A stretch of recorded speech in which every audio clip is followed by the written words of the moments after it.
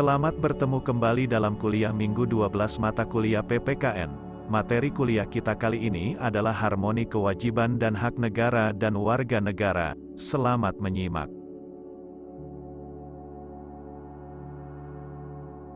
Apa sebenarnya yang dimaksud dengan hak dan kewajiban itu dan bagaimanakah hubungan keduanya?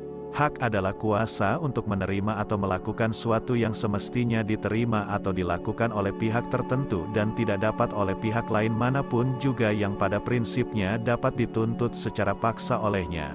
Wajib adalah beban untuk memberikan sesuatu yang semestinya dibiarkan atau diberikan oleh pihak tertentu tidak dapat oleh pihak lain manapun yang pada prinsipnya dapat dituntut secara paksa oleh yang berkepentingan. Kewajiban dengan demikian merupakan sesuatu yang harus dilakukan.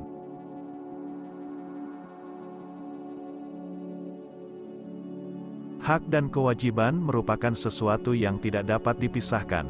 Menurut teori korelasi, yang dianut oleh pengikut utilitarianisme, ada hubungan timbal balik antara hak dan kewajiban.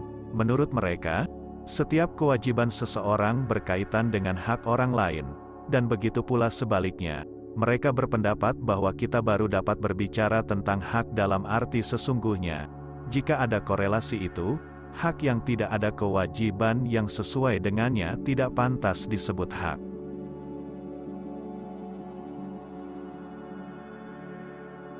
Hal ini sejalan dengan filsafat kebebasannya Mill, 1996, yang menyatakan bahwa lahirnya hak asasi manusia dilandasi dua hak yang paling fundamental, yaitu hak persamaan dan hak kebebasan.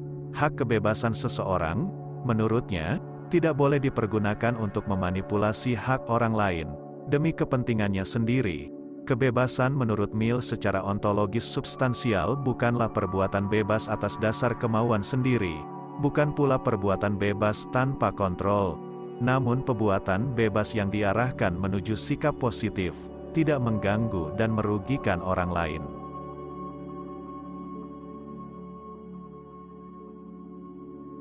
Konsep yang perlu diusung adalah menyeimbangkan dalam menuntut hak dan menunaikan kewajiban yang melekat padanya.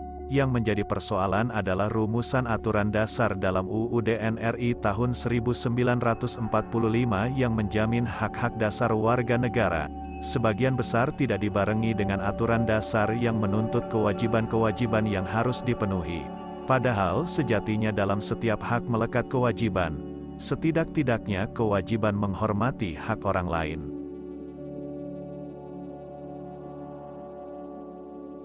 Sebagai contoh hak dan kewajiban warga negara yang bersifat timbal balik atau resiprokalitas adalah hak warga negara mendapat pekerjaan dan penghidupan yang layak. Pasal 27 ayat 2 UUD 1945. Atas dasar hak ini, negara berkewajiban memberi pekerjaan dan penghidupan bagi warga negara. Untuk merealisasikan pemenuhan hak warga negara tersebut, pemerintah tiap tahun membuka lowongan pekerjaan di berbagai bidang dan memberi subsidi kepada rakyat. Guna merealisasikan kewajiban warga negara, negara mengeluarkan berbagai kebijakan dan peraturan yang mengikat warga negara dan menjadi kewajiban warga negara untuk memenuhinya. Salah satu contoh kewajiban warga negara terpenting saat ini adalah kewajiban membayar pajak, Pasal 23A, UUD 1945.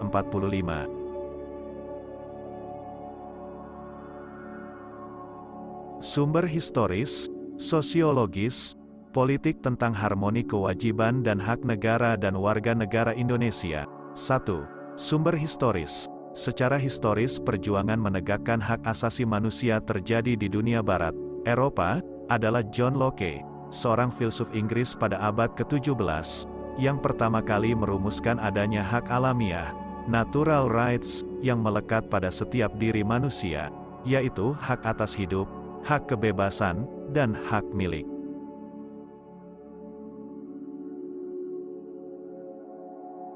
Perkembangan selanjutnya ditandai adanya tiga peristiwa penting di dunia barat, yaitu A. Magna Carta, 1215, piagam perjanjian antara Raja John dari Inggris dengan para bangsawan. Isinya adalah pemberian jaminan beberapa hak oleh raja kepada para bangsawan beserta keturunannya.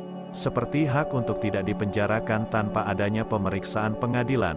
Jaminan itu diberikan sebagai balasan atas bantuan biaya pemerintahan yang telah diberikan oleh para bangsawan. Sejak saat itu, jaminan hak tersebut berkembang dan menjadi bagian dari sistem konstitusional Inggris.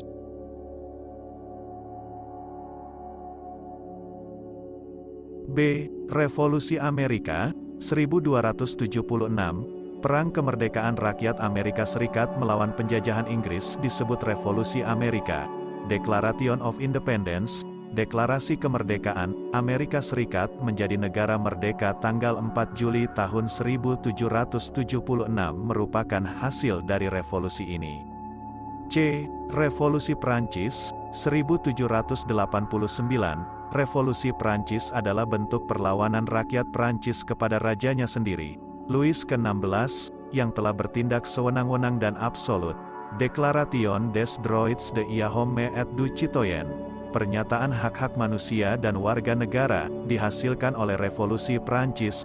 Pernyataan ini memuat 3 hal: hak atas kebebasan, liberty, kesamaan, equality, dan persaudaraan, fraternité. Dalam perkembangannya, pemahaman mengenai HAM makin luas. Sejak permulaan abad ke-20, konsep hak asasi berkembang menjadi 4 macam kebebasan, the Four Freedoms. Konsep ini pertama kali diperkenalkan oleh Presiden Amerika Serikat, Franklin D. Roosevelt. Keempat macam kebebasan itu meliputi: A. Kebebasan untuk beragama, freedom of religion; B. Kebebasan untuk berbicara dan berpendapat, freedom of speech; C. Kebebasan dari kemelaratan, freedom from want; D. Kebebasan dari ketakutan, freedom from fear.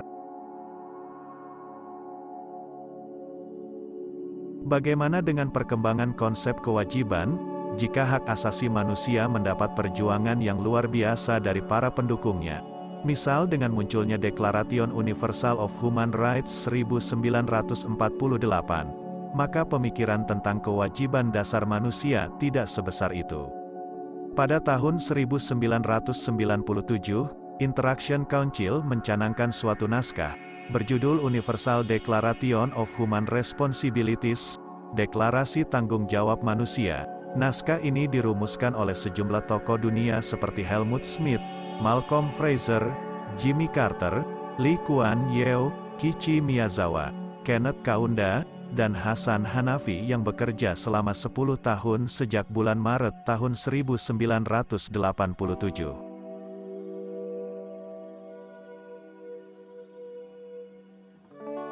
Mengapa muncul deklarasi ini? Dinyatakan bahwa deklarasi ini diadakan karena di Barat ada tradisi menjunjung tinggi kebebasan dan individualis, sedang di dunia Timur, konsep tanggung jawab dan komunitas lebih dominan. Konsep kewajiban berfungsi sebagai penyeimbang antara kebebasan dan tanggung jawab. Hak lebih terkait dengan kebebasan, sedang kewajiban terkait dengan tanggung jawab. Tanggung jawab merupakan sikap moral berfungsi sebagai kendala alamiah dan sukarela terhadap kebebasan yang dimiliki orang lain. Dalam setiap masyarakat tiada kebebasan tanpa pembatasan, maka dari itu lebih banyak kebebasan yang kita nikmati, lebih banyak pula tanggung jawab terhadap orang lain maupun diri sendiri. Lebih banyak bakat yang kita miliki, lebih besar tanggung jawab kita untuk mengembangkannya. Prinsip dasar deklarasi ini adalah tercapainya kebebasan sebanyak mungkin, tetapi pada saat yang sama berkembang rasa tanggung jawab penuh yang akan memungkinkan kebebasan itu tumbuh. Untuk mencari keseimbangan antara hak dan kewajiban, ada suatu kaidah emas, golden rule, yang perlu diperhatikan, yakni, berbuatlah terhadap orang lain, seperti Anda ingin mereka berbuat terhadap Anda. Dalam bagian preambule naskah dikatakan bahwa terlalu mengutamakan hak secara eksklusif dapat menimbulkan konflik, perpecahan, dan pertengkaran tanpa akhir. Di lain pihak mengabaikan tanggung jawab manusia dapat menjurus ke chaos.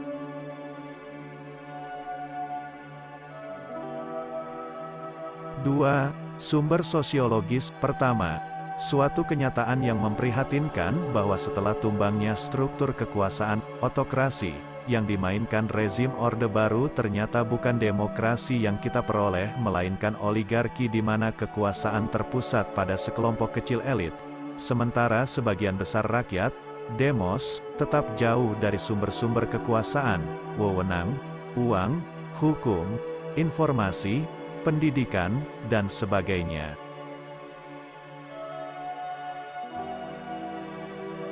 Kedua, sumber terjadinya berbagai gejolak dalam masyarakat kita saat ini adalah akibat munculnya kebencian sosial budaya terselubung, socio-kultural animosity. Gejala ini muncul dan semakin menjadi-jadi pasca runtuhnya rezim Orde Baru. Ketika rezim Orde Baru berhasil dilengsarkan, pola konflik di Indonesia ternyata bukan hanya terjadi antara pendukung fanatik Orde Baru dengan pendukung reformasi, tetapi justru meluas menjadi konflik antar suku, antar umat beragama, kelas sosial, kampung, dan sebagainya. Sifatnya pun bukan vertikal antara kelas atas dengan kelas bawah, tetapi justru lebih sering horizontal, antar sesama rakyat kecil, sehingga konflik yang terjadi bukan konflik yang korektif tetapi destruktif, bukan fungsional tetapi disfungsional, sehingga kita menjadi sebuah bangsa yang menghancurkan dirinya sendiri. Self-destroying nation.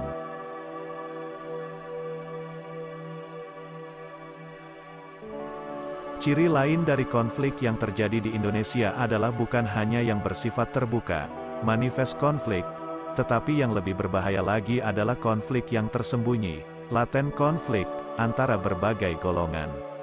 Sosio-kultural animosity adalah suatu kebencian sosial budaya yang bersumber dari perbedaan ciri budaya dan perbedaan nasib yang diberikan oleh sejarah masa lalu, sehingga terkandung unsur keinginan balas dendam. Konflik terselubung ini bersifat laten karena terdapat mekanisme sosialisasi kebencian yang berlangsung di hampir seluruh pranata sosial di masyarakat, mulai dari keluarga, sekolah, kampung, tempat ibadah, media massa, organisasi massa, organisasi politik, dan sebagainya.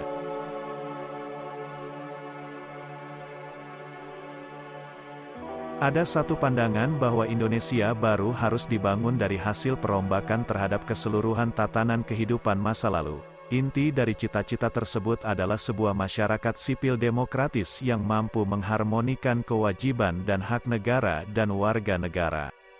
Entitas negara persatuan dari bangsa multikultur seperti Indonesia hanya bisa bertahan lebih kokoh jika berdiri di atas landasan pengelolaan pemerintahan yang sanggup menjamin keseimbangan antara pemenuhan prinsip kebebasan, kesetaraan, dan persaudaraan, yang berlaku bagi segenap warga dan elemen kebangsaan.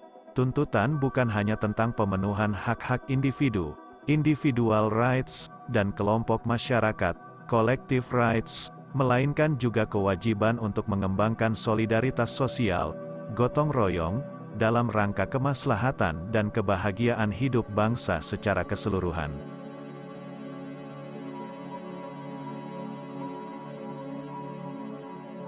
Tiga, sumber politik. Sumber politik yang mendasari dinamika kewajiban dan hak negara dan warga negara Indonesia adalah proses dan hasil perubahan UUD NRI 1945 yang terjadi pada era reformasi. Pada awal era reformasi, pertengahan 1998, muncul berbagai tuntutan reformasi di masyarakat.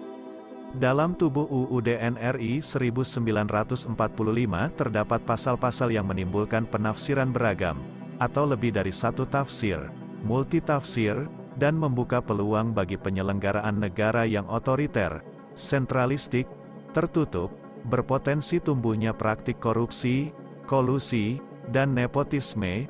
KKN, penyelenggaraan negara yang demikian itulah yang menyebabkan timbulnya kemerosotan kehidupan nasional. Salah satu bukti tentang hal itu adalah terjadinya krisis dalam berbagai bidang kehidupan, krisis multidimensional.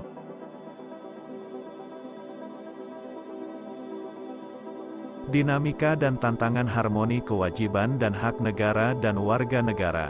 Aturan Dasar Ihwal Kewajiban dan Hak Negara dan Warga Negara setelah perubahan UUD NRI 1945 mengalami dinamika yang luar biasa. Berikut disajikan bentuk perubahan aturan dasar dalam UUD NRI 1945 sebelum dan sesudah amandemen tersebut. Misalnya salah satu contohnya, rumusan naskah asli, pasal 31. 1. Tiap-tiap warga negara berhak mendapatkan pengajaran. Rumusan perubahan pasal 31. 1. Setiap warga negara berhak mendapatkan pendidikan.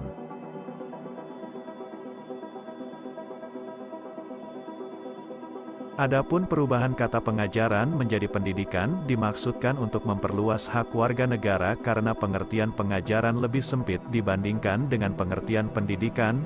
Pendidikan adalah proses menanamkan nilai-nilai, sedangkan pengajaran adalah proses mengalihkan pengetahuan. Nilai-nilai yang ditanamkan kepada peserta didik lebih dari sekedar pengetahuan. Aspek lainnya meliputi keterampilan, nilai, dan sikap.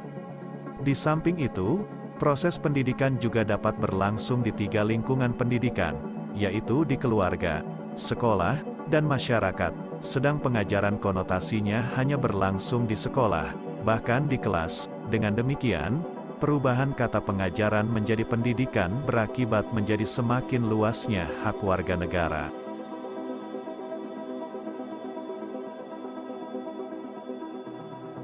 Dalam pembukaan UUD NRI tahun 1945, perihal tujuan negara disebutkan, melindungi segenap bangsa Indonesia dan seluruh tumpah darah Indonesia dan untuk memajukan kesejahteraan umum. Maka dalam pasal 34 UUD NRI 1945 upaya memajukan kesejahteraan umum lebih dijabarkan lagi ke dalam fungsi-fungsi negara untuk 1. Mengembangkan sistem jaminan sosial bagi seluruh rakyat. 2. Memberdayakan masyarakat yang lemah dan tidak mampu. 3. Menyediakan fasilitas pelayanan kesehatan yang layak. 4. Menyediakan fasilitas pelayanan umum yang layak.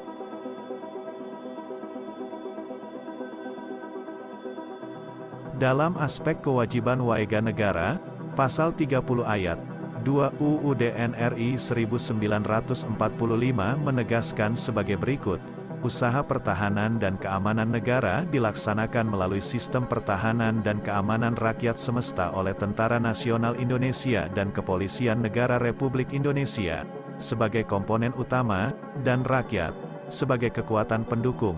Dipilihnya sistem pertahanan dan keamanan rakyat semesta, Sishankam Rata, dilatar belakangi oleh pengalaman sejarah bangsa Indonesia sendiri. Penghormatan terhadap hak asasi manusia pasca amandemen UUD NRI 1945 mengalami dinamika yang luar biasa. Jika sebelumnya perihal hak-hak dasar warga negara yang diatur dalam UUD NRI 1945 hanya berkutat pada pasal 27, 28, 29, 30, 31, 32, 33, dan 34, setelah amandemen keempat UUD NRI 1945 aturan dasar mengenai hal tersebut diatur tersendiri di bawah judul Hak Asasi Manusia, HAM. Di samping mengatur perihal hak asasi manusia, diatur juga ihwal kewajiban asasi manusia. Dianutnya rezim HAM yang detail dalam UUD NRI tahun 1945 menunjukkan bahwa Indonesia sebagai anggota Perserikatan Bangsa-Bangsa bersungguh-sungguh melakukan penghormatan terhadap HAM. Esensi harmoni kewajiban dan hak negara dan warga negara tercermin dari UUD tahun 1945 tidak hanya memuat aturan dasar ihwal kewajiban dan hak negara melainkan juga kewajiban dan hak warga negara. Dengan demikian terdapat harmoni kewajiban dan hak negara di satu pihak dengan kewajiban dan hak warga negara di pihak lain. Hak dan kewajiban warga negara merupakan wujud dari hubungan warga negara dengan negara. Hak dan kewajiban bersifat timbal balik, bahwa warga negara memiliki hak dan kewajiban terhadap negara, sebaliknya pula negara memiliki hak dan kewajiban terhadap warga negara.